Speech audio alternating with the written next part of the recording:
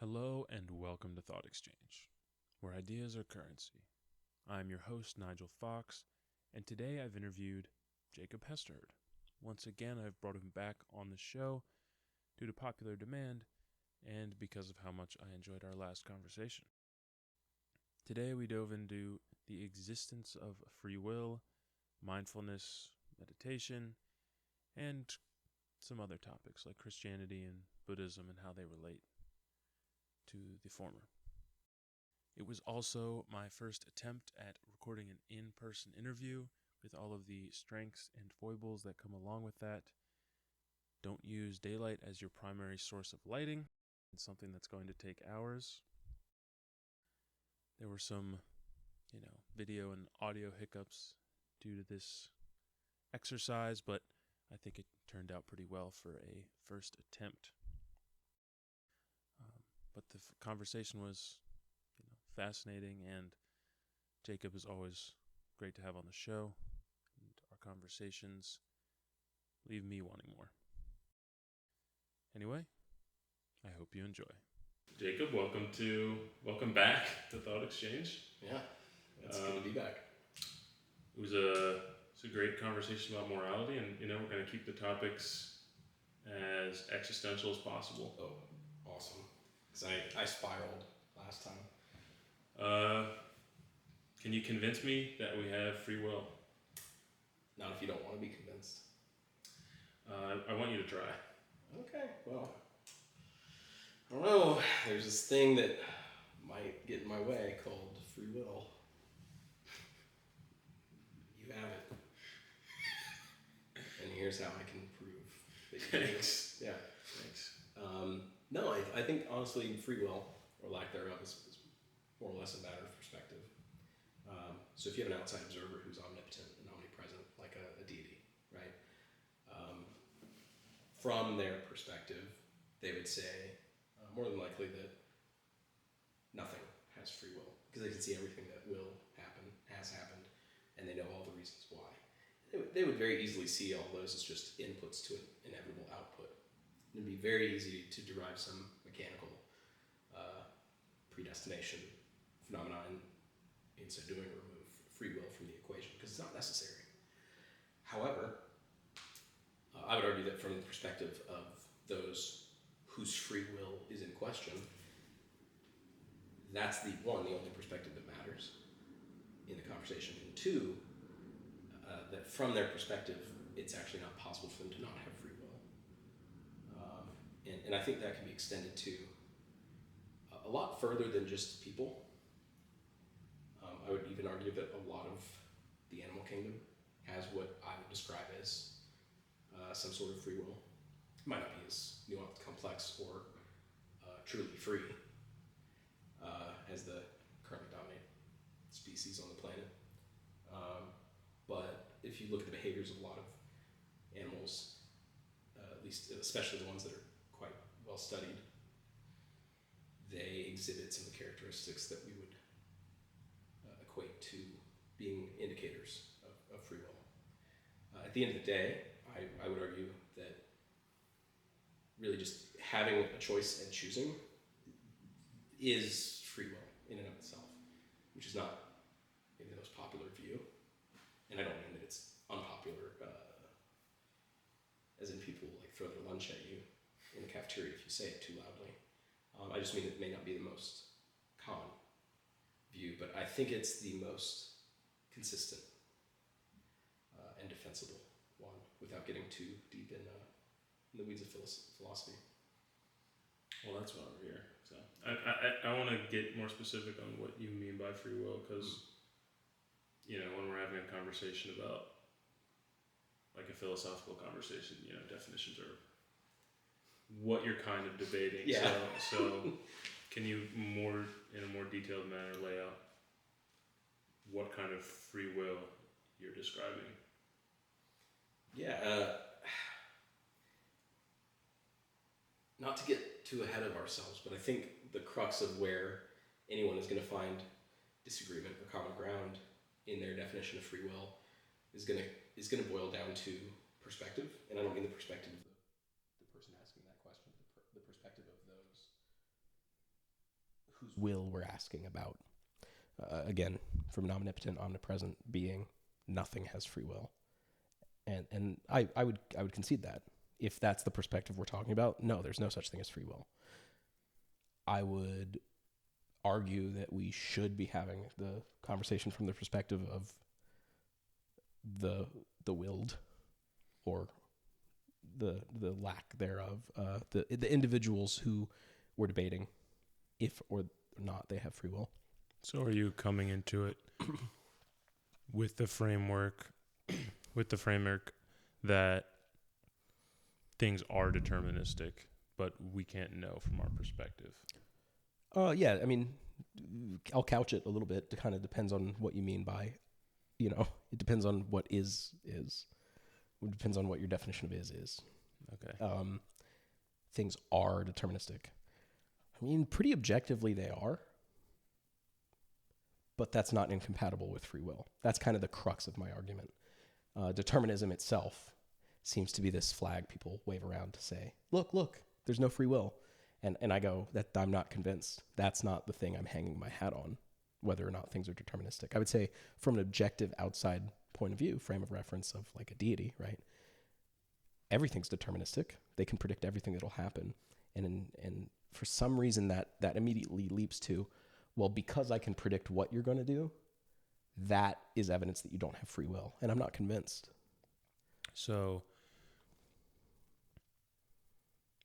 because I would say the person in the middle of that choice, whether or not the choice is going to happen the same way every single time they play it, well, they're still making the choice, at least from their perspective. And whether or not they're fooled, they've got the wool pulled over their eyes, and it's as simple as, the instinctual part of their brain is just like, you need food right now or as soon as possible. And that like leapfrogs to the higher self that can actually actualize that. And what do? They get food. From their perspective, they might miss all the steps in between that it makes it clearly deterministic. But from their perspective, they're making the choice. And they're also exercising the free will to not get something to eat if they're like, but I'm on a diet. I know that I'm hungry. I recognize it. I don't want to get something to eat, even though I do, because I'm making a choice with the higher self. But even animals that don't have what we would classically recognize as the higher self, they're still making choices based on inputs. And I would almost argue that that's the frame of reference where the disagreement happens. Is a determinist would see inputs into a system and get the same output every time and go, no free will. Whereas I would look at that and say, well, there are inputs and they cause an output, evidence of free will. A choice was made, right? And I would almost argue that simply being alive is enough to argue that free will exists. But if you throw a rock, the input, is velocity and trajectory. Mm-hmm. There's an output. But that doesn't mean the rock had a choice. Right. I mean, the rock didn't have a choice. The rock could not change the path it was on, regardless of its want to do so. Yeah, but so if you rolled back the clock and read it again, mm-hmm. the rock would still fly in the same direction. Sure. So I guess my perspective on what free will is if you rewound the clock, they not only could but would make different decisions. Like if I could live my fantasy and like relive high school with everything I know now and make different life choices? Just for the fact that there is uncertainty at all, because if there is uncertainty at all, it would lead to, if you replayed it, there being a different result eventually if you continue to replay it. Whereas if you replay it and you always get the same result, then there is no uncertainty, and that to me, I guess, would remove free will. So essentially, you find yourself in the camp of determinism. If everything is perfectly deterministic, there's none of that unknown variable that could change the next time. If everything is perfectly deterministic, then you go from that to therefore no free will. And I guess my argument is that connection, I'm not convinced yet that if this, therefore this. Well, it kind of sounds like the experience of free will is, it sounds to me like you're conflating the experience of free will and conceptually an objective free will as the same thing. I would say that I'm not just conflating, I'm stating. I'm stating that the experience of free will is what we mean by free will. So then, I mean, you gave the example of a deity who is, how would you describe their will if it's different? Because I guess in that context, they could actually make choices that aren't necessarily dictated to them by inputs. The deity's will? Yeah. Well, I would ask whose perspective? From the deity's perspective? from mine? Or from an even higher outside observer? You know, that's one of the cruxes of my argument. The deity's will, from our perspective, we would say they have ultimate free will. They're not even constrained by the forces of nature. And it's almost because they're even more able. You know, that's not really how free will works. But something about it just makes it seem like they're even more free, in a sense. From their perspective, I would say they have what we would consider very normal free will. Like, from a deity's perspective of their free will, or lack thereof, I have to imagine they would consider it from their perspective about the same as I consider from my perspective, or even yours, right? Any argument their own would be more haggling over price. So what would be the level, if that's the level above us, what would be the level below us? I think there's a lot of levels. We've already spoken to, inanimate objects. I think it's pretty reasonable to say that inanimate objects don't have free will, at least from a pretty Western philosophy. They don't even have, souls, right? So how can something without a soul make any choice without animus, right? Other philosophies do believe that there are spirits in what we would consider everyday objects, and I can't speak to what they think about their free will or lack thereof in this life or the next. Maybe it's different. Where it starts to get a little bit more gray is what's in between, and that would, I guess, start with, plants, fungi, less complicated animal life, and it kind of just, we can argue about what categories certain things are in, but there's definitely a trend of as something gets more complex and able to interact with their environment, the more they're able to, I'd say the more obvious their free will becomes. So I'm of the opinion that, like, a lot more things have free will than we can detect, right? Because we can't even talk to them about it, get their subjective experience. All we have is an objective, somewhat objective outside view. And I don't think it's a coincidence that the things that aren't able to interact with their environment as much appear to have less free will. I think it would be arrogant to go, therefore they have less free will, rather than, well, maybe it just looks like they have less free will because they're not as able to overcome whatever situation they're in currently, take inputs, and make meaningful outputs or changes with the options that they have. Like, a tree has very few options.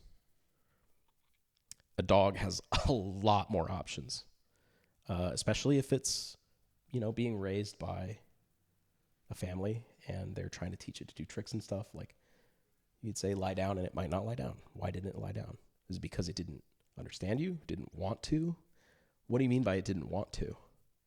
Now we're talking about free will of household pets all of a sudden. I guess, like we mentioned before, there's different levels and there's different interpretations.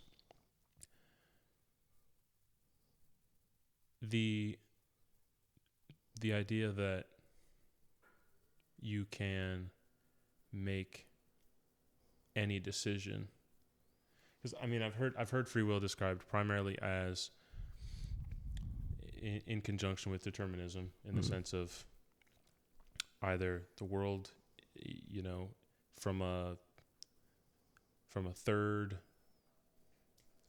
outside dimension, you could see time laid out the same way we can see a spatial dimension laid out, and it's all existing at the same time.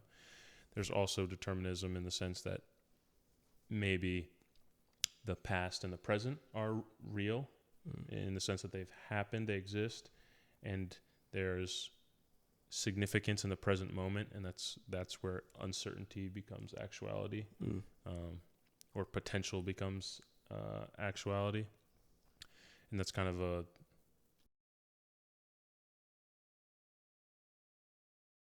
Aristotelian perspective.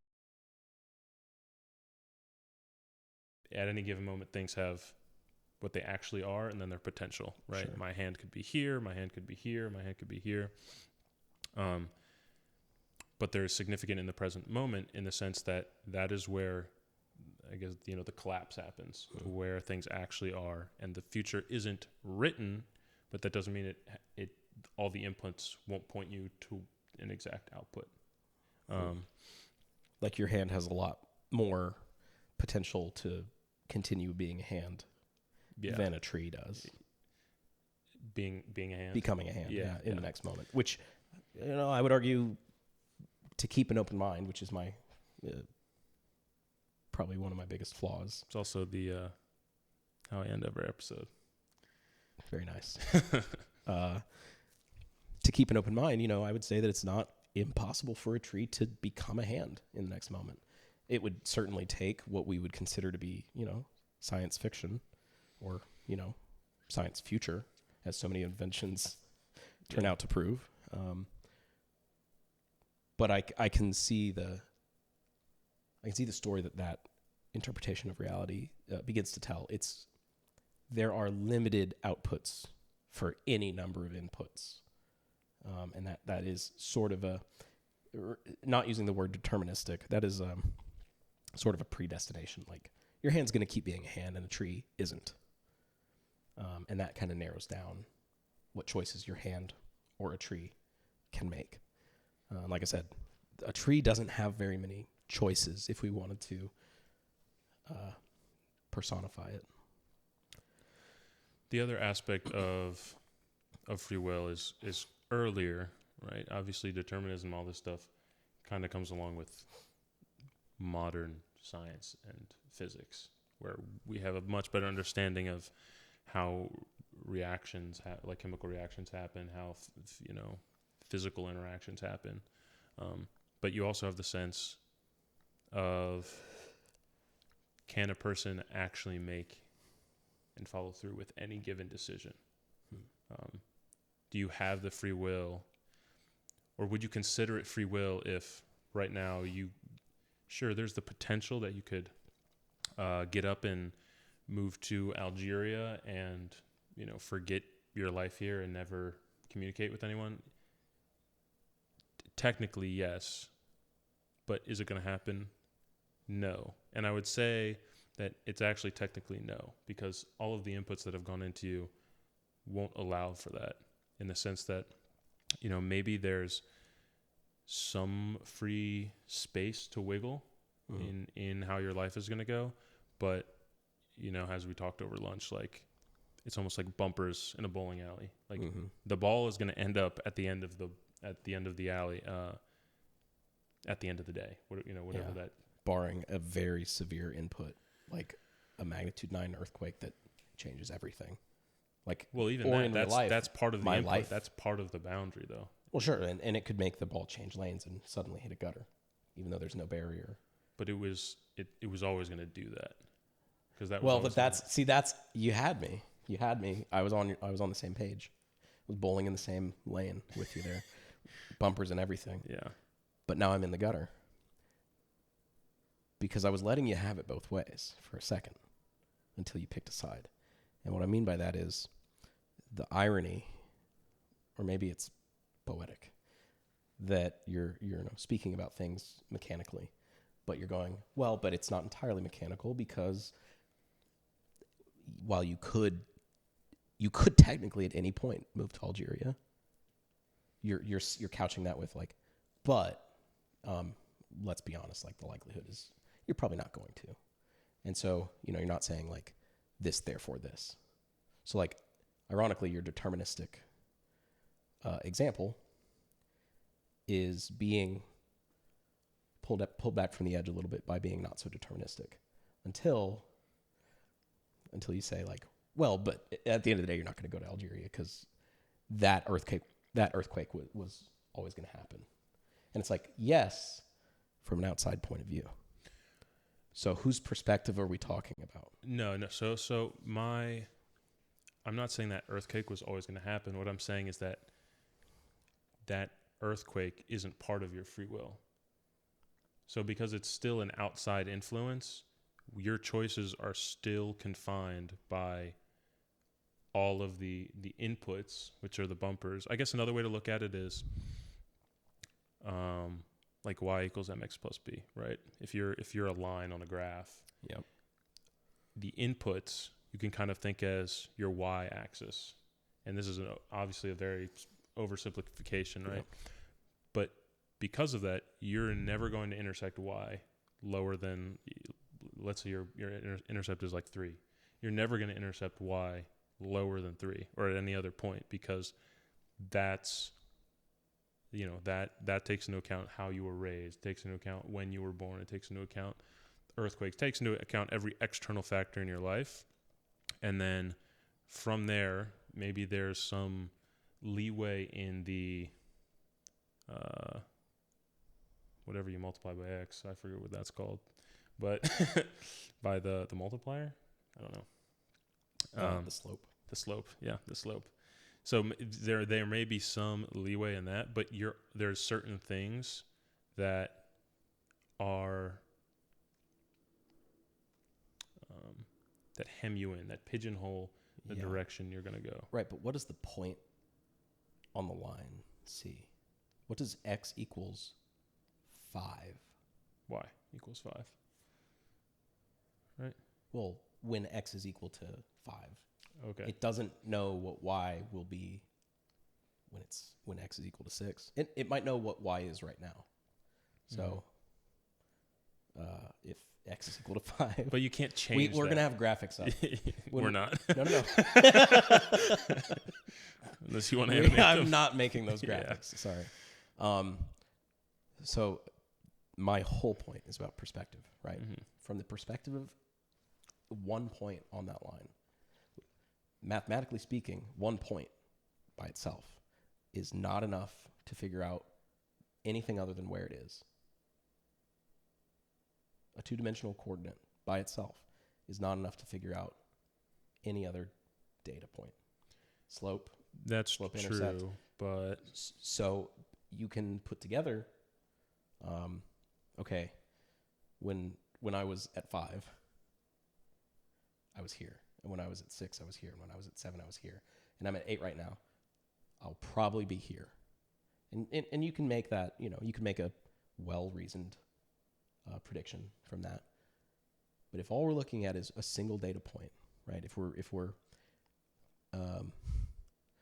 giving my argument as much benefit of the doubt as possible, then from the perspective of that one data point, you can't tell anything else about what it's going to do next until the actual input comes and the moment happens. And what I'm saying is inherently free will depends on that moment to moment. What seems like but may not be a choice. And because moment to moment you can't disprove that it's not, maybe I'm just more comfortable with the illusion that it is free will. But I guess I would argue that the illusion of free will itself is inextricable from the phenomena of free will. Free will is a phenomenon. We can speak about it objectively. I think we're fooling ourselves when we do that a little bit, because objectively what we're talking about is a subjective experience, and it's an experience. It's a phenomenon. It's something that we. I mean, it's funny. This whole time we haven't really ever defined what free will is, but you and I know what we're talking about. Right? It's a pretty good descriptor of a universal experience. And for me, that's almost self-sufficient. Doesn't make for a great debate, but So I'm going to go back a little bit sure. with your point. My point about the point? Yeah, your point about the point. So if you know that point, and let's add some more information. If you know everything about that point, you know where it is, Mm-hmm. you know its mass, and you know its trajectory, you can predict where it's going to be exactly in the future. Outside obstacles, outside inputs can still change that, but disregarding that, you know where it's supposed to go, right? And when that outside object, which maybe free will is an emergent property of the complexity of having multiple people, right? The fact that we can bump into each other and there's almost too many orders of magnitude of... Yeah, it's too complex to collapse down to a determinism in real time. But if we were just talking about one person, or in this case, this terrible analogy at one point, it's going to go in the exact direction if you know these certain factors about it. And,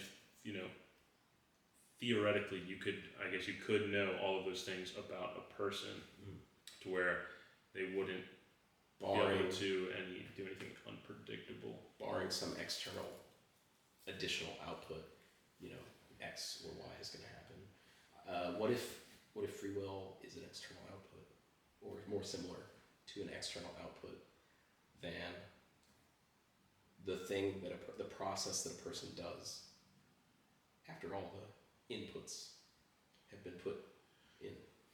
Well, I just don't agree with that, because how much control over your thoughts do you have? Depends. Because you can think you have control over them, but or you can know that you have no control over them. Yeah. But it is a sliding scale. I'm not maybe defining the bounds, but like it changes. Like there are so many, like, for example, I'm speaking to you, right, in English, and if I was speaking to you in another language that you didn't understand, you would not be able to understand me, right? But it's an exercise in free will and control of your mind, or it's an example of a lack of control in the fact that I'm speaking to you in English, and no matter what you do, you can't not interpret the words that I'm saying. You don't have the control over your mental faculties enough to be like, I know he's speaking English, but I'm not going to understand it. I'm going to turn that part of my brain off. And that happens on so many levels with so many different inputs, right? You can't hear a sound and not, or hear English and not interpret it. You can't see someone's face and not interpret it as a face, because our brains are designed to interpret faces as faces. You can't see it for the geometric shapes that it is. You can't hear a sound and not hear it.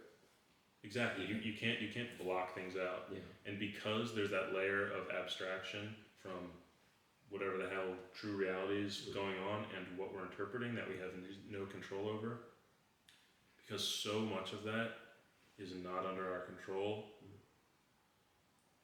it narrows so significantly what our response to everything is. And I mean, fundamentally, everything we do is a response to something, even if it seems spontaneous or wherever it might be. There's impetus in those actions and ideas. And even like if you think of something random like spaghetti, that thought was still handed to you subconsciously somehow, right? It wasn't a, like, you can't name where that thought came from, because you don't have control over that part of your mind. Do you think that free will might actually be kind of a defense mechanism to prevent, minimize, or at least keep them as far apart from each other as possible existential crises? No. I mean, I think Well, it's interesting that we can That's not an accusation. I genuinely was No. like, I wonder if that's what it is. I mean, it's interesting that we can have them, right? Because most things we evolved to have. Now, there are side effects of other things that we evolve, right? Like side effects of the fact our ancestors used to be water dwellers. We have webs, tiny webs in our fingers, right? So that there's... I don't need an appendix anymore. Exactly. But it can still burst. Thank you. I don't... Because I guess in existential crisis, if you want to think of it in, in terms of computer science, it's almost like some kind of a loop, right? There's some kind of... Most panic attacks. Like spanning tree loop. Something that's... networking. Yep, some positive feedback loop that causes you not to be able to do things that you need to procreate, to be prolific. Negative feedback loop. Yeah, it prevents really, you from it's just... a positive feedback loop of negatives. Yeah. Stops you from going catatonic and not doing anything. Yeah. So, I mean, panic attacks... they're really interesting. Like you were saying, like what purpose does that fulfill, right? And it might be vestigial. It might not actually fulfill a purpose. I would say that some amount of anxiety is really, really good for people. Sometimes it's the only thing that'll get somebody out of bed in the morning, because it's like, well, if I don't pay the bills, that would be awful, and I'm a little bit worried about that potential future that honestly is never going to happen. But it's the worry that gets me to, perform well at work, let's say. It's when it's too much or too much all at once that it becomes problematic for people from their point of view. Although it's not objectively, it's not problematic, because it is by definition a subjective experience. Until some other action, right, or lack thereof, happens to make it a more concrete, objective thing that happened. But I bring up existential crisis, just trying to play devil's advocate for, like, what if this phenomenon that we experience as free will has some other explanation? Because I don't think I'm ever going to be convinced that it definitely doesn't exist, because, I don't think it's possible to find proof positive for the lack of something, especially when it's something that, like, it's like we all know what I'm talking about when I say free will, and we all experience the phenomena of it. So in some very real sense, it exists. The difficulty is nailing down exactly where that beginning and end, and I don't think it's possible to. I don't really think it's possible to put it perfectly in the box.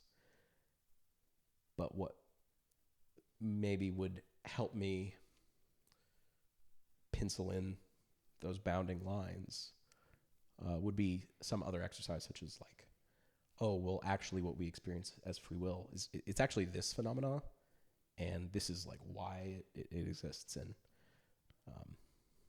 something to that effect. So do you think free will occurs at the conscious level, the level that you and I are talking at right now, or do you think it's culminary of other systems in our body, or is some layer of the preconscious or subconscious or something like that?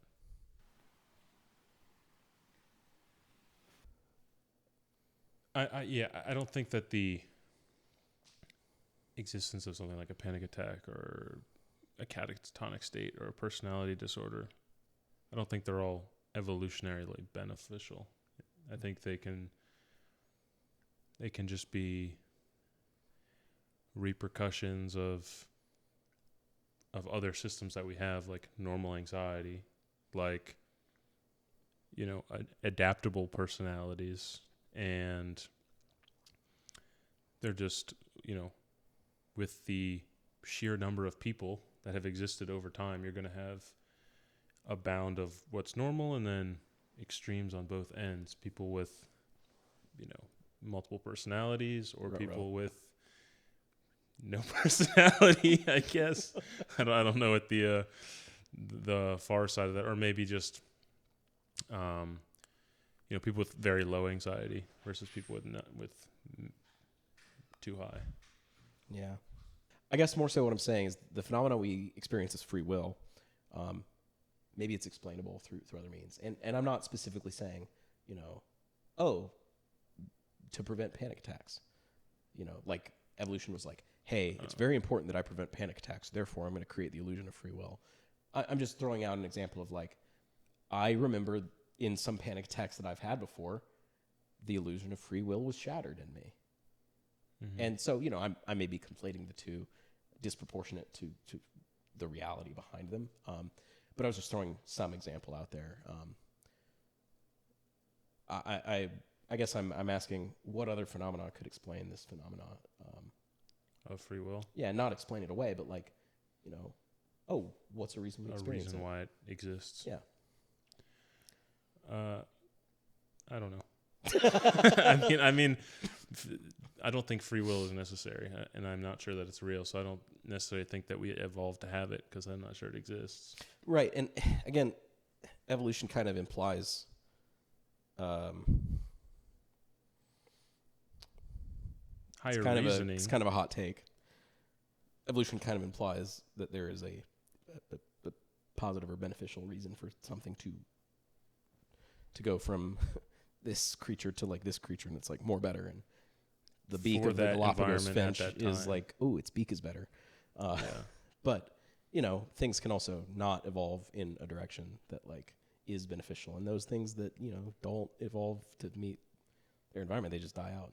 They don't. Yeah. I mean, there's a flip side. So, aside from evolution, I don't want to constrain this line of questioning to evolution or to some scientific phenomena that like objectively or subjectively exists. More so, hey, there's this like phenomena we experience as free will. I wonder if there's any other explanation for that besides objective free will. Because if we can explain it with other means, that really beefs up the case that it may not actually exist at all. And it may just be a phenomenon. If it's like, here's an example. And I mentioned this earlier. What if we have layers of reasoning,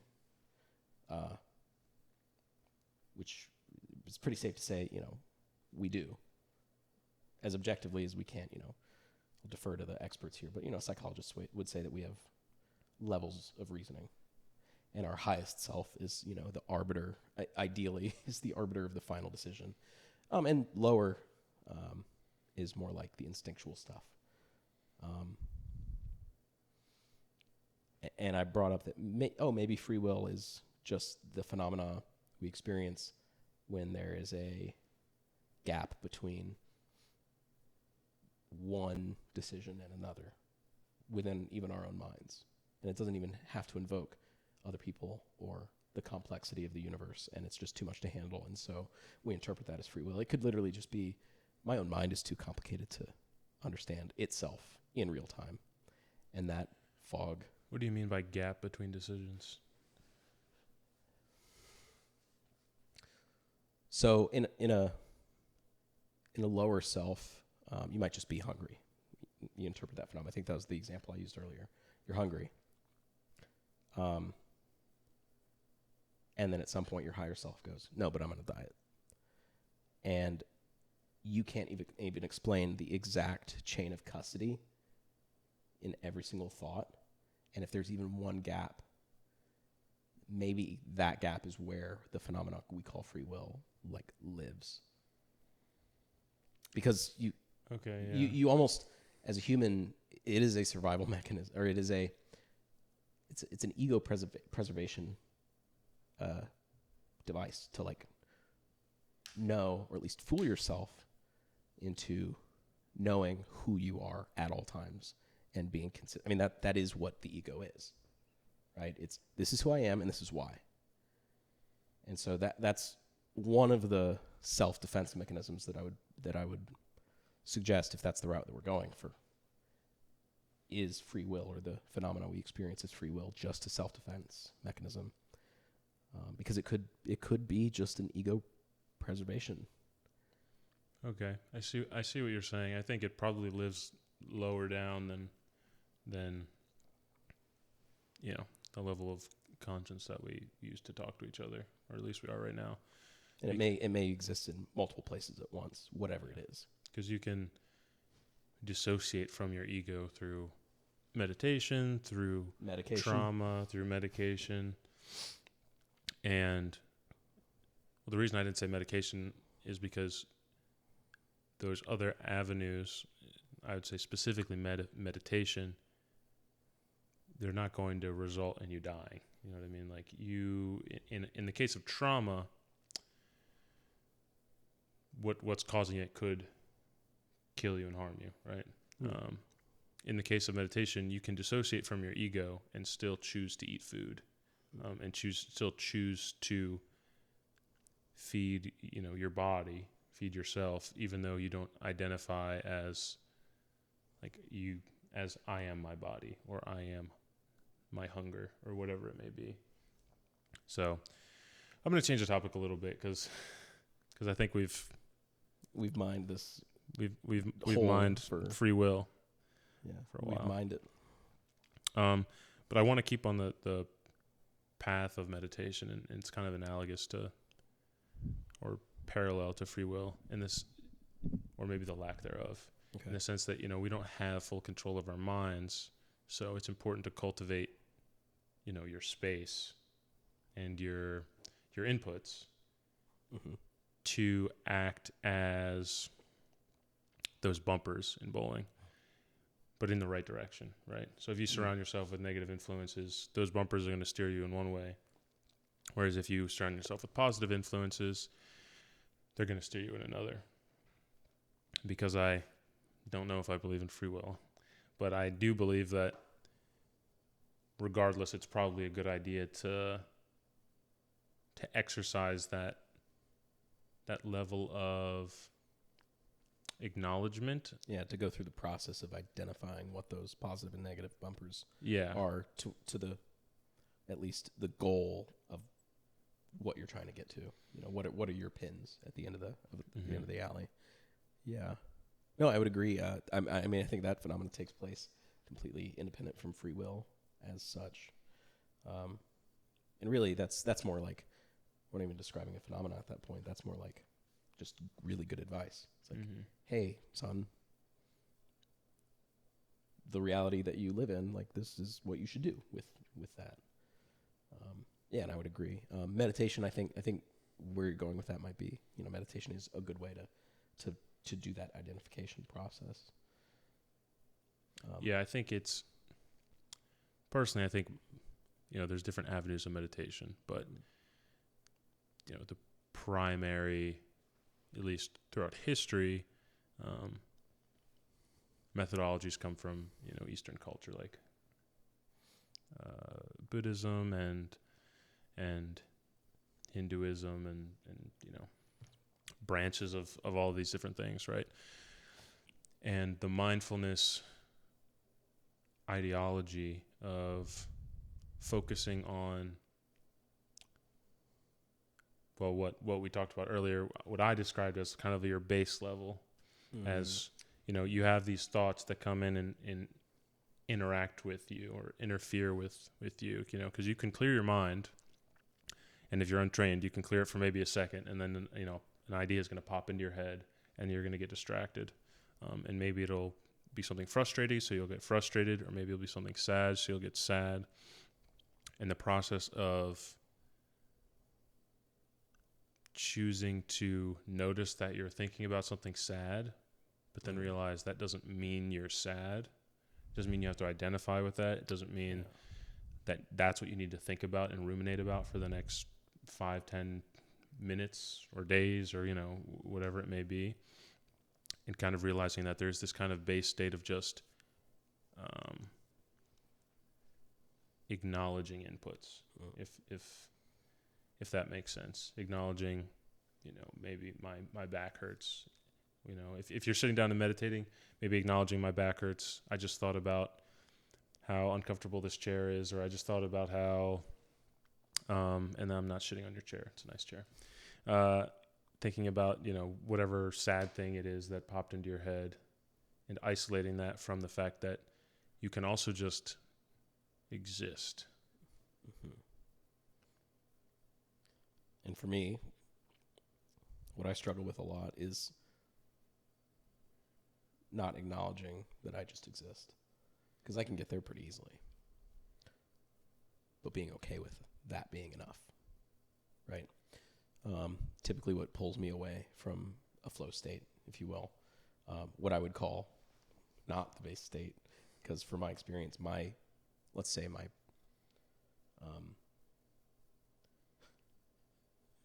I don't want to go down that rabbit hole.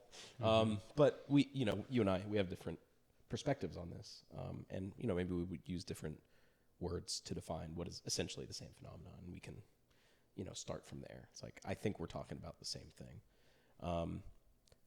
But one thing that pulls me away from my flow state so much is like, I get there and I'm like, all right, what do I do with this? What's next? It's like I hit Super Saiyan, so I could beat the big bad, not for its own sake. Right. Mm-hmm. But like the most enlightened state of enlightenment is to be enlightened for enlightenment's sake, not so that you can become the next religious leader or even enlighten others, and that is a controversial statement in the world of Buddhism, right? That's my personal opinion that, the highest form of, a Buddhist, process of enlightenment would be self-attainment for its own sake, and be admirable to then go, oh, I'm going to help other people now. And that's great. But let's just say, objectively speaking, the state of enlightenment that would last longest is where you're just chilling right there. You're like, awesome. It would definitely be very like strong, well disciplined. It would show a lot of strength and discipline to then be able to go from that state, stay in that state, and then do anything else and remain in that state. And I think that is the goal, is to be able to be in that state for all things. My problem is I can get there pretty easily, but then it's like, all right, what do I want next? Yeah, that's one of the principalities of Buddhism, is that there's kind of just this innate uncomfortability with just being present, or just there's an innate aspect of pain. Yeah, in the sense that existence. Like you want to, you have impetus, you have this urge to do things, despite the fact that it may not, it does not always have an impact on whether you're present. Like you mentioned flow state. One of the ways people get in the zone is through playing sports, or like you're playing football, you're running for a long time, swimming for a long time. I'm sure it happens in stuff like chess, and there are plenty of other examples. But the fact that you can also get there just by sitting down and doing nothing shows you that it can be influenced by external stimulus, and your brain is not the only thing with neurons. It's not the only thing thinking, in your body, right? It's all connected. But the fact that you can get there just through meditation and through focusing on the present moment instead of doing something to force you to focus on the present moment is kind of a reflection to me that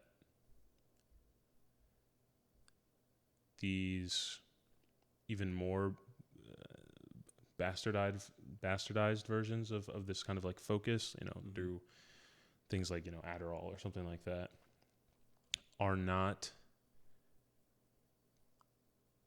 they're not the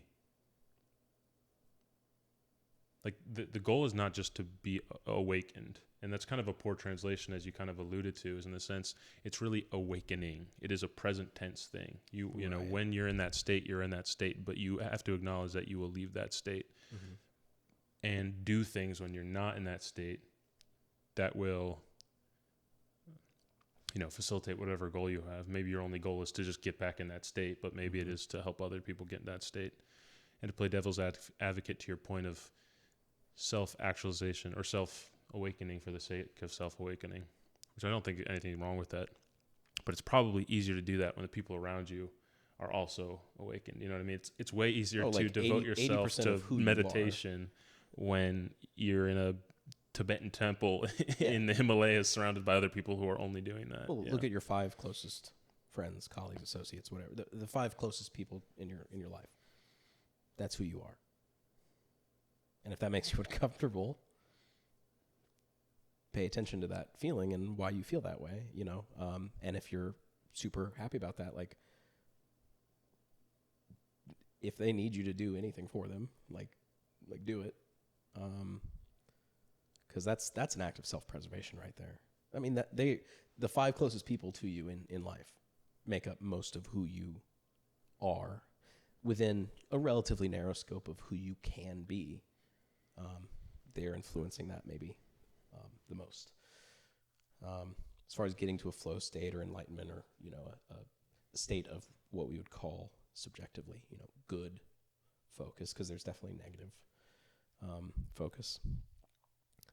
I would say that occurs 100% in the mind, but that there are non-mental things that influence it, obviously. If you're not a Tibetan monk, surrounded by all of them, other Tibetan monks. Let's say you just stubbed your toe. It's going to be harder in a vacuum to reach that state than if you hadn't. And similarly, something like Adderall or other drugs, they are not going to get you there by yourself. And I think that's one of the mistakes that we make in our culture, especially recently, is like, oh, we'll just there's a pill for that. Just take a pill. It'll get you there. It will get you there with no other action on your part. And it's like, well, no, having suffered from depression, I've been on medication for that, but it doesn't solve your problems.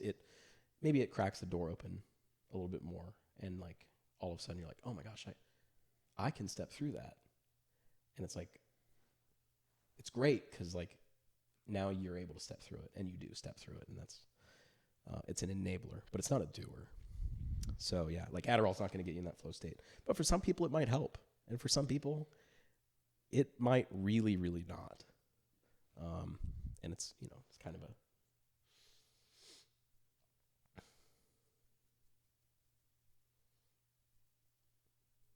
non-statement, to say everyone's different, your mileage may vary, but ultimately, that's obviously the case. And kind of the best thing you can do for yourself is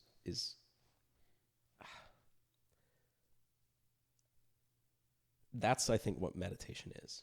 I don't think meditation is either the way to get you to the flow state.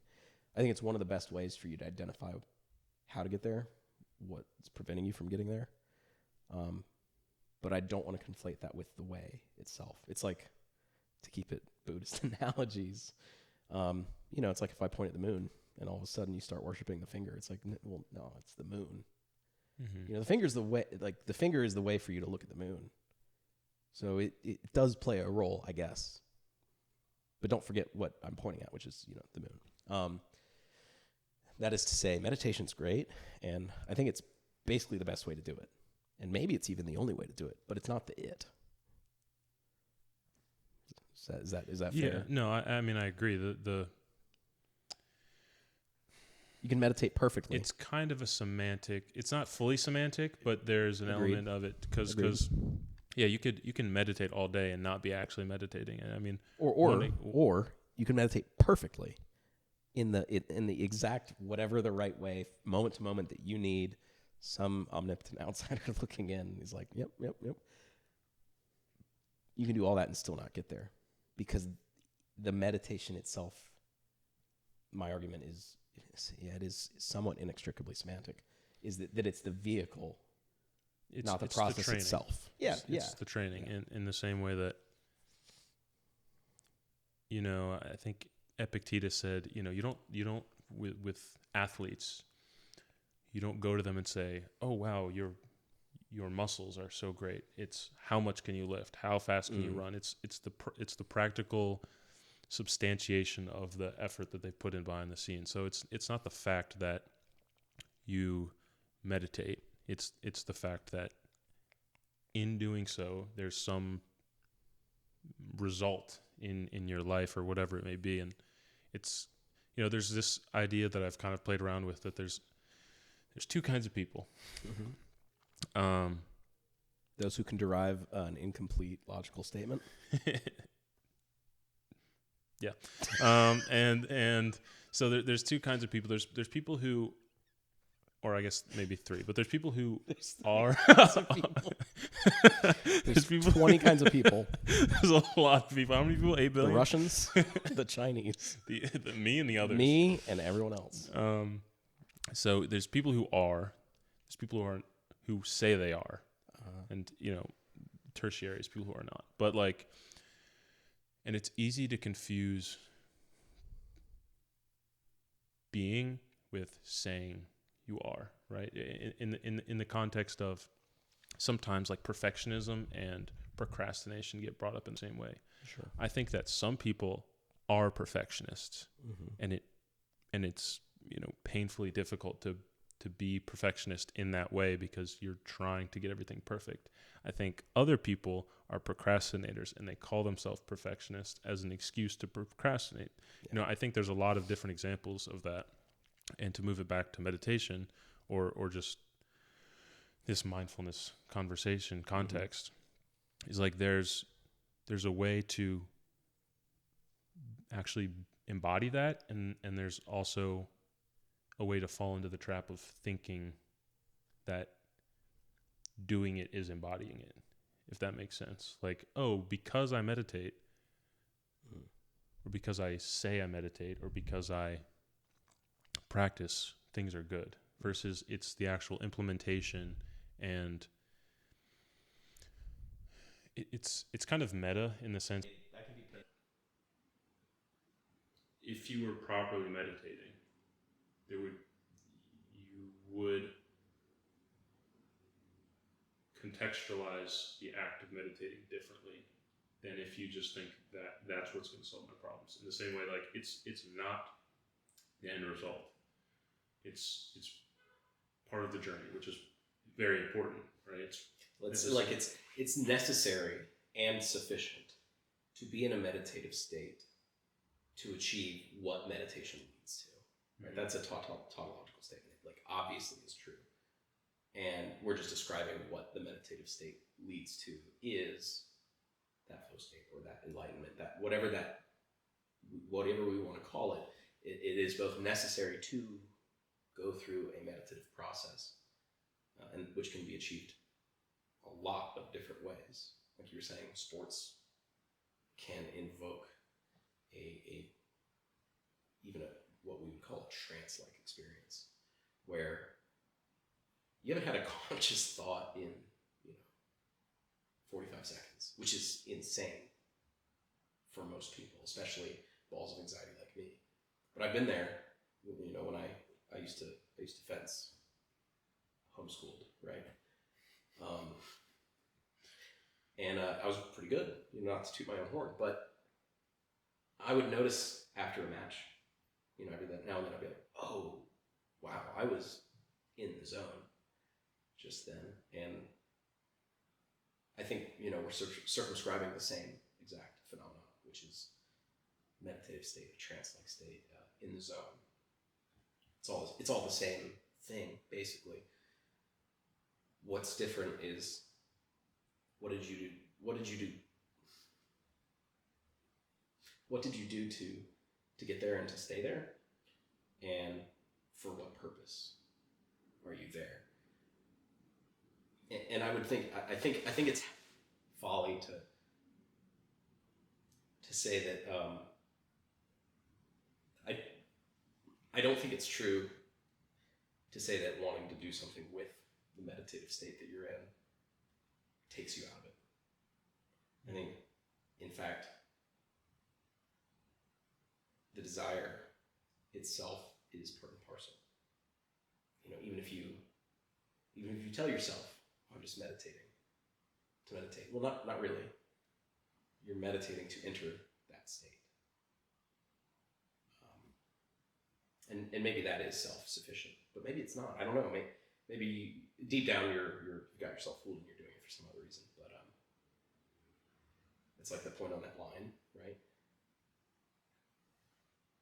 Free will wise, maybe that point doesn't know where it is or whatever. But the point on that line is dad or guardian. Or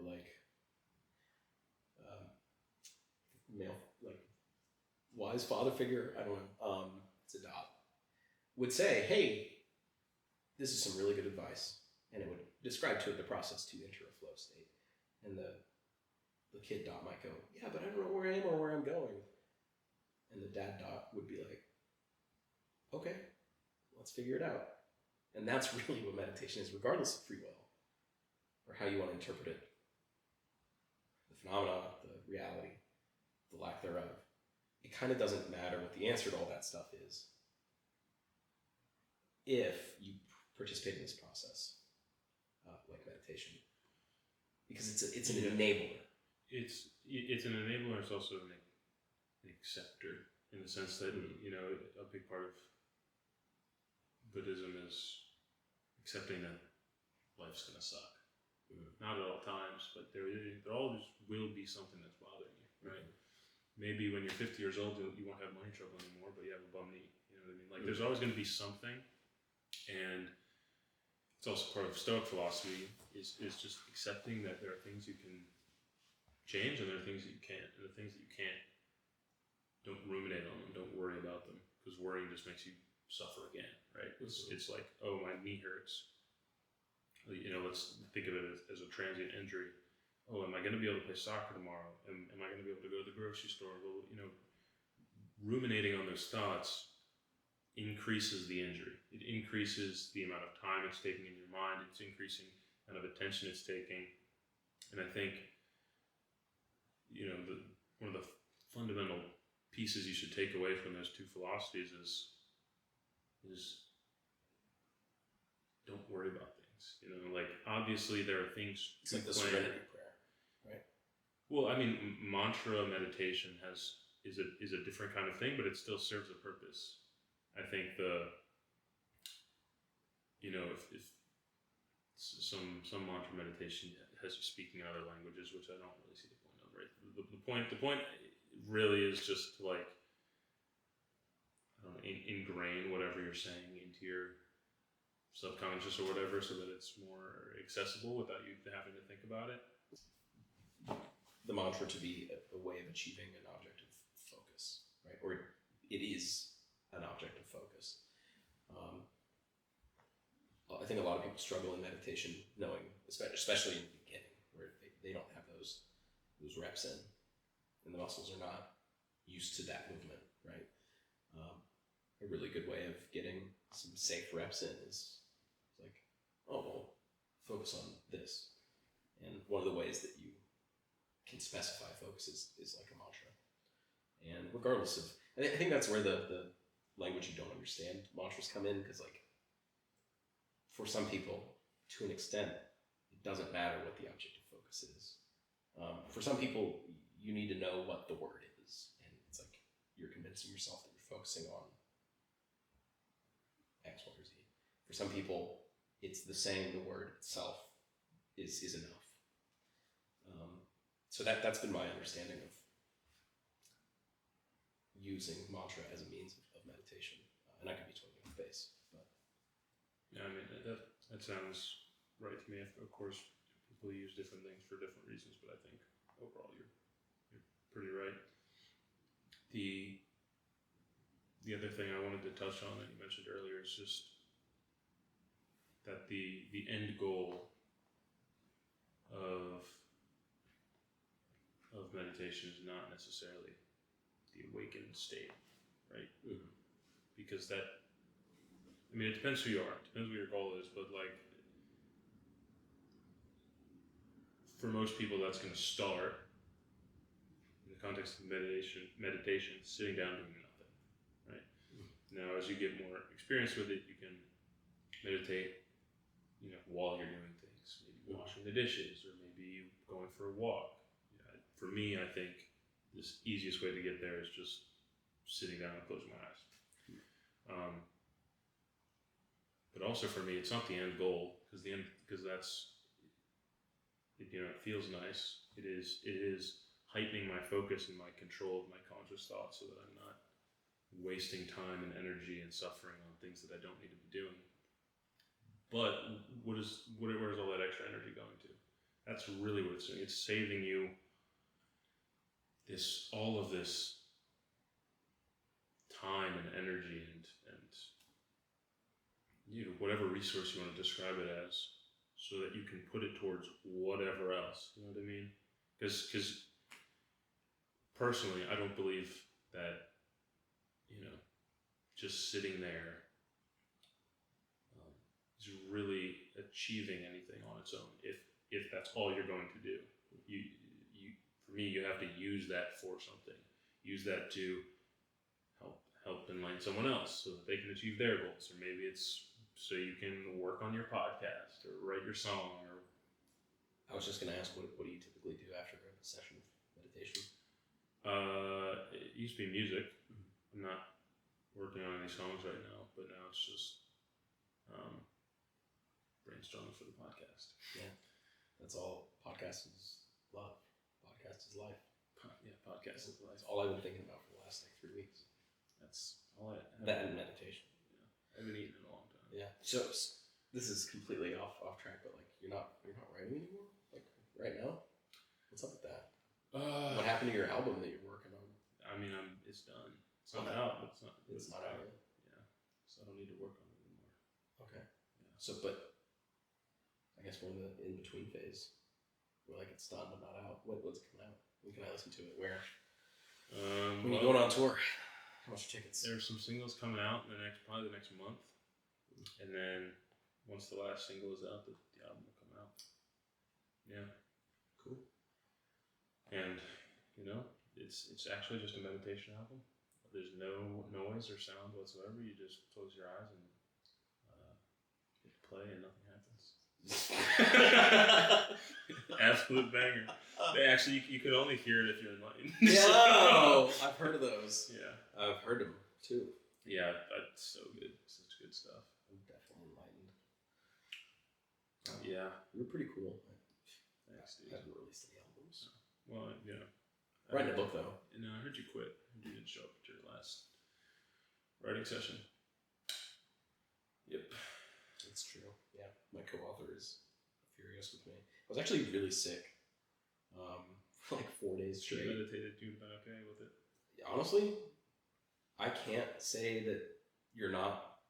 Am I still sick? I can't say that you're wrong, because like at no point was I like, I'm gonna meditate now. I was in survival mode. I was like, this sucks, and I would like this experience to be over. Just you gotta accept it. Yeah, I guess so. You gotta feel the pain and just be like, this is me right now. This is me, and I'm here, and really, you're not feeling the sickness. You're feeling your body's combating the sickness. So you're saying that I have to just like accept that state, of whether it's like health or sickness, and if I was down with it, I have to get down with the sickness. Is what you're saying? So I was gonna say something interesting. Oh. I'm still gonna say something interesting. So did I disturb?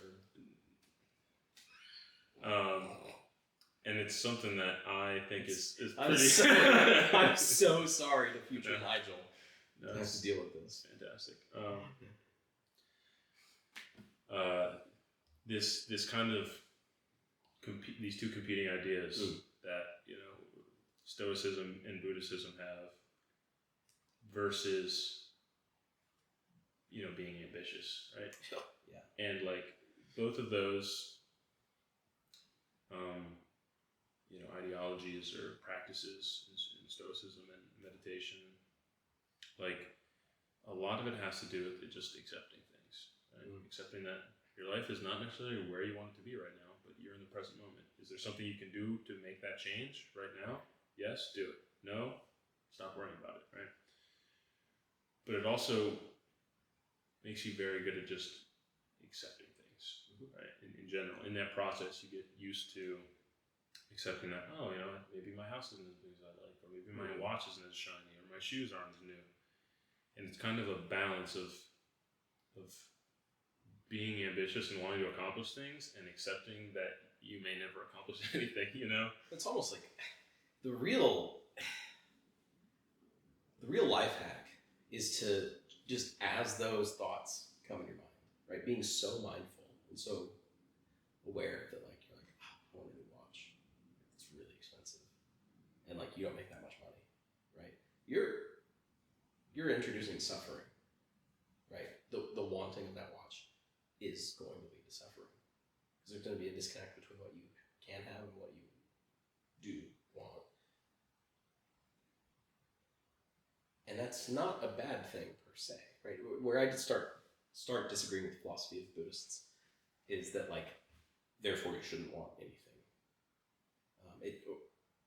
That's a way oversimplification, but it starts to go in that direction. And I go the exact opposite direction. I go, no, there are plenty of things that you should want.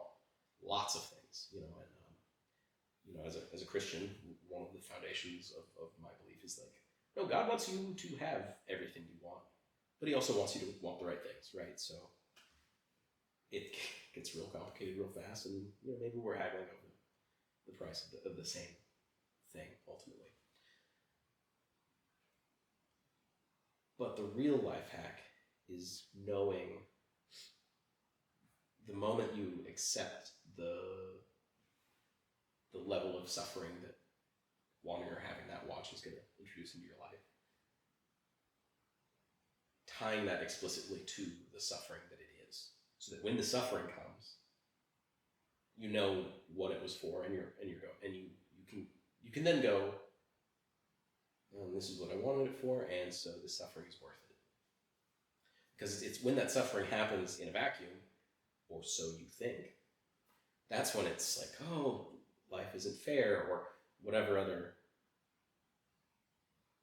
additional suffering you want to convince yourself of. Because that doesn't benefit you at all to convince yourself that life isn't fair, right? May or may not be. Well, but insofar as the things you can choose, right? Because Jordan B. Peterson would say, oh, based. He's Peterson pilled. The well-respected philosopher and psychologist. Yeah, I see you crossed your leg. Jordan crossed it real tight. Like, Jordan B. Peterson would say, the amazing thing in the context of Christianity explicitly as well. The beautiful thing is that you get to pick your suffering. You're going to suffer anyway. And that's kind of the divergence one of the divergences between Buddhism and Christianity is like, Christianity says you're going to suffer no matter what. Period. There's no escape from the suffering. But the good news is you get to pick what suffering you experience. You get to pick up your cross and bear it. And the best part of that process is you're the one picking the cross. Now, to some degree, you don't have ultimate free will, right? There's constraints that you make those choices inside of, but that statement is made in contrast to you don't have to pick, because even the choice of no choice is a choice. You're saying that's a difference? Why do you say that's a difference? Could you clarify what you're asking me to clarify? I don't think that anything you mentioned is... Oh, in contrast to Buddhism. Yeah. Okay. Or at least in I'm not really Buddhist. So sure. But in the structures that I understand, like you accept that there is suffering, and as you mentioned, there are similarities with picking a cross and bearing it, right? You accept that there is suffering, but it in the same way, you get to pick what you suffer about because you can choose not to conflate certain things with suffering. Because it's also a perspective. There's the mindfulness aspect of it, and then there's also the perspective shift. It's like, do I have to, view anxiety as negative? When I was a kid, I never experienced anxiety because the physiological response between anxiety and excitement were the same. And I didn't understand what anxiety was because I just always interpreted it, oh, I'm just excited. I'm just happy to be here, And until the world corrupted me and told me that, no, you're doing it wrong. Truly, I told you must be like the little children. Yeah, but it's also a shift of perspective in the sense that you can choose to view something as a negative experience or a positive, growing experience, Sure. Well, I think what I was trying to focus in on, the distinction, is more so, the reaction itself. A Buddhist is going to go, life is suffering, therefore. And a Christian would say, you're going to suffer. Life is suffering. I don't think a Christian would say life is suffering. They would use different language. They would say, the world was meant to be perfect, and then we corrupted it, and now, whatever. All the lore. All the lore. But if you accept life is suffering, or you're going to suffer in life, right? Their therefores are going to be different from each other, right? The Buddhists would say, therefore, minimize your suffering by minimizing your desires, and only pick the desires that are beneficial. Whereas a Christian might ultimately come to the same conclusion through different language. You're suffering because you're choosing things that are not what God wants for you. So choose the things that God wants for you. And oh, by the way, those end up being the same short list that the Buddhists would pick, but they're getting at it from two different sets of vocabulary and perspectives. So that's not to say that they aren't different. It's not to say that they're the same. But the process of achieving a flow state, essentially, which is what they're both kind of describing as oh, you would like to not suffer? We're kind of talking about a flow state at that point. It's if we're using shorthand to get there, right? I don't think I would agree with that. I think that you would like to not suffer. I don't think that's a great way to put it because both are still acknowledging you're going to have things. Right, but what is a flow state apart from being strong enough to do something with the things you can do something about, accepting the things that you can, and having the wisdom to tell the difference, right? Because you are a limited being who will suffer. There is a right response to squarely face those issues, and I would call that part and parcel with being in sync with the rhythm of the universe, if you want to call it that. That's a flow. Yeah. We can pivot to different philosophies, right? We can go real New Age and just kind of describe it with, flowery language that doesn't come from any one particular book or set of teachings. But ultimately, we're gonna describe the exact same phenomenon where there's a problem. There are some things you can do about that problem. There are some things you can't. And then here you are, and it's your perspective in that reality that determines more than anything else.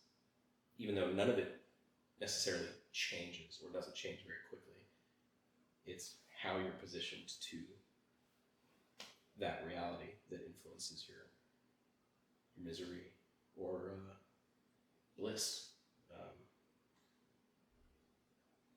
And it can be as simple as just a state of mind. I just disagree with and maybe it's just the way that you're framing it, but you still experience suffering when you're in your flow state or when you're in the awakening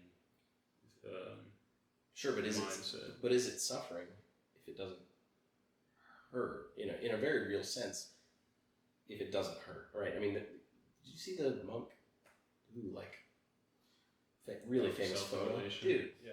I mean, that guy was he suffering? Yeah. Like, what do you mean, right? Like, yes, objectively, like the man was on fire, obviously, but then it's like less obviously, like, I don't know, what do you mean? He looked pretty composed, and I don't know how. He was tapping into something that I've never experienced. Yeah, So what do you mean by suffering? I guess I'm asking a question rather than making a statement. I think maybe there's a slight conflation between pain and suffering being inherently negative instead of just experiential. Sure. Yeah. Because I would agree.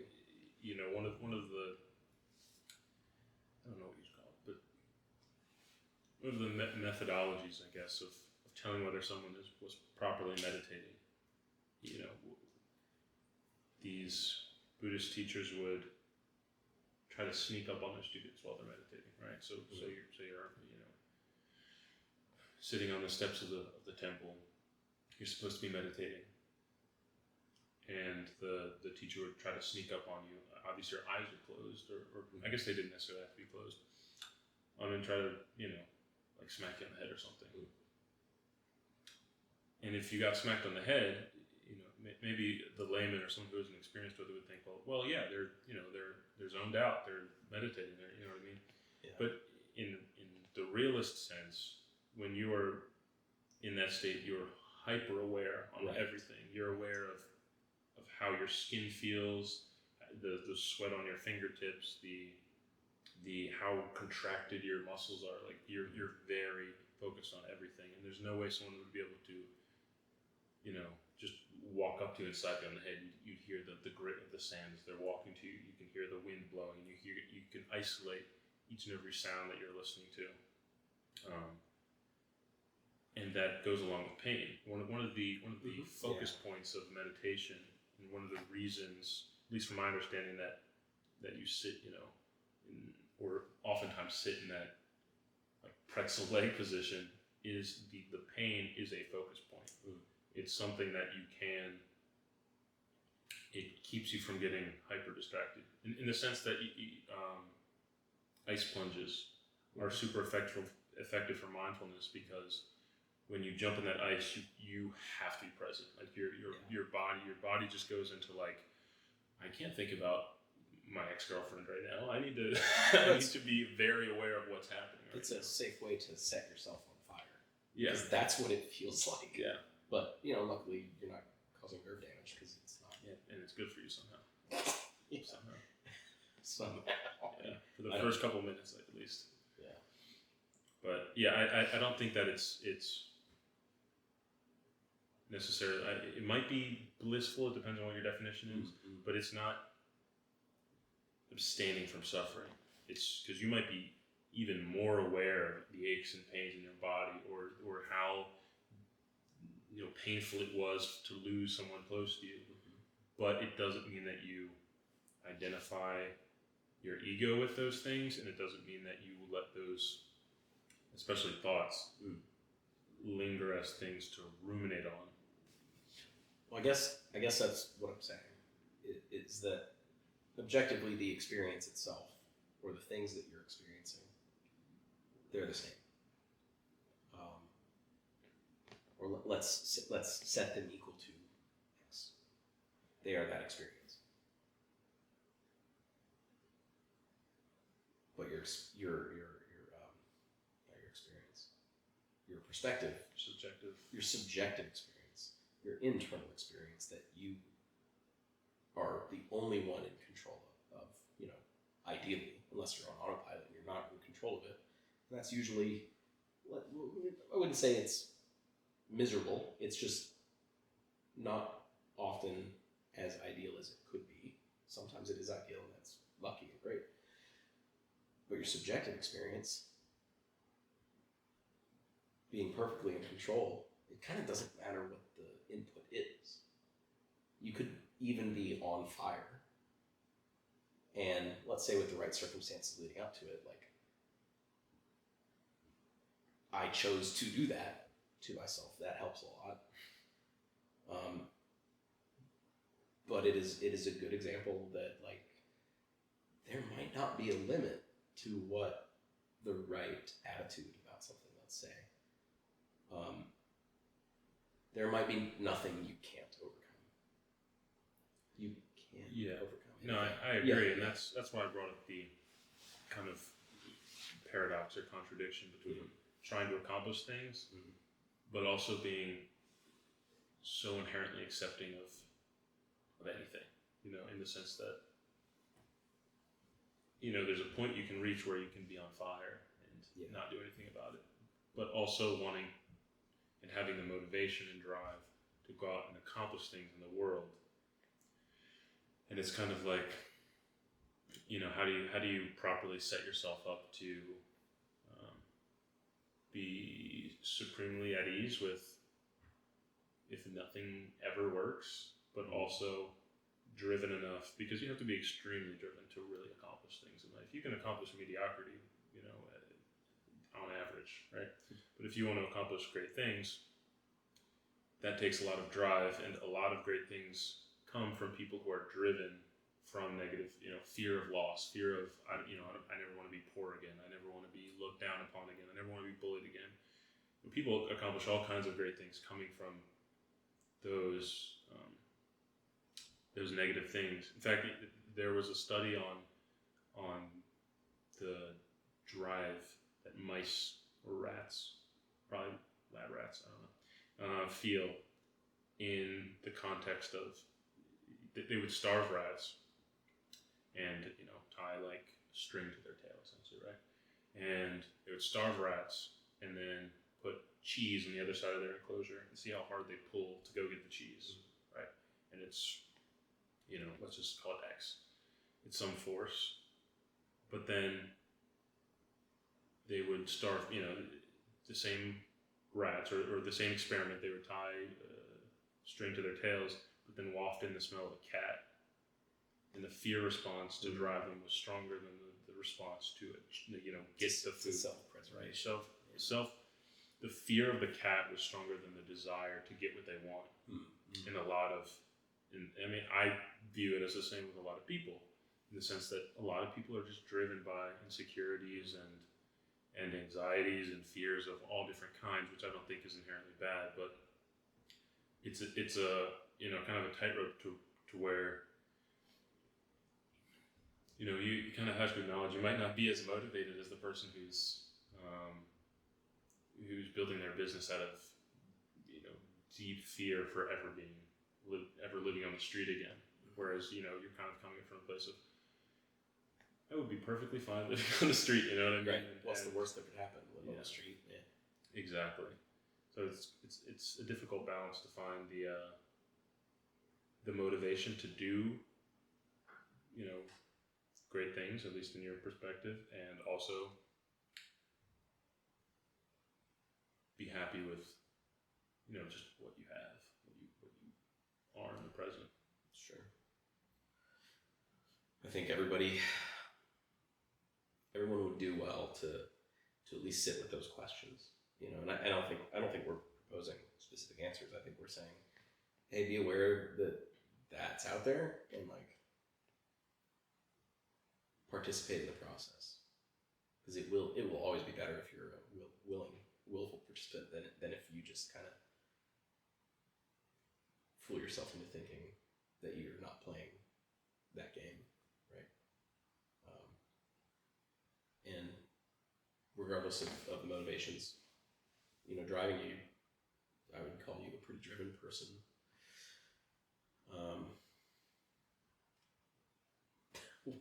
What projects do you have? I don't know how to segue. He's the host now. I don't know how to segue. Yeah. Well, I appreciate you. You can start that over if you want. I just tried to. It's been a fantastic conversation. I'm glad we were able to, attempt this extravagant setup. Yeah, it's a wonderful abode. This is my official studio. It just looks like this. I don't actually live here. Yeah. This is. It's not his equipment either. No.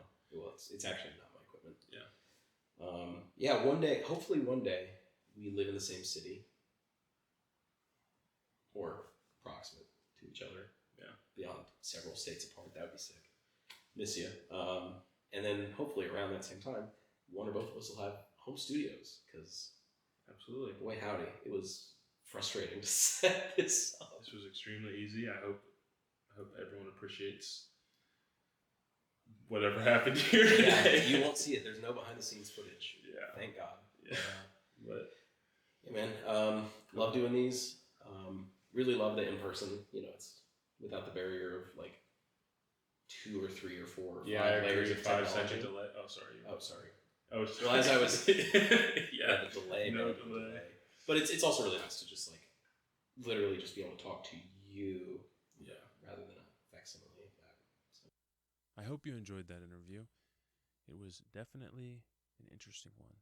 Jacob always has unique perspectives and interesting questions to throw back at me. As always, there will be more episodes coming every single week, so look out for those and stay tuned on whatever platform you listen to your podcasts for those new episodes, and check out previous ones if you haven't already. It was a pleasure, and until next time, keep an open mind.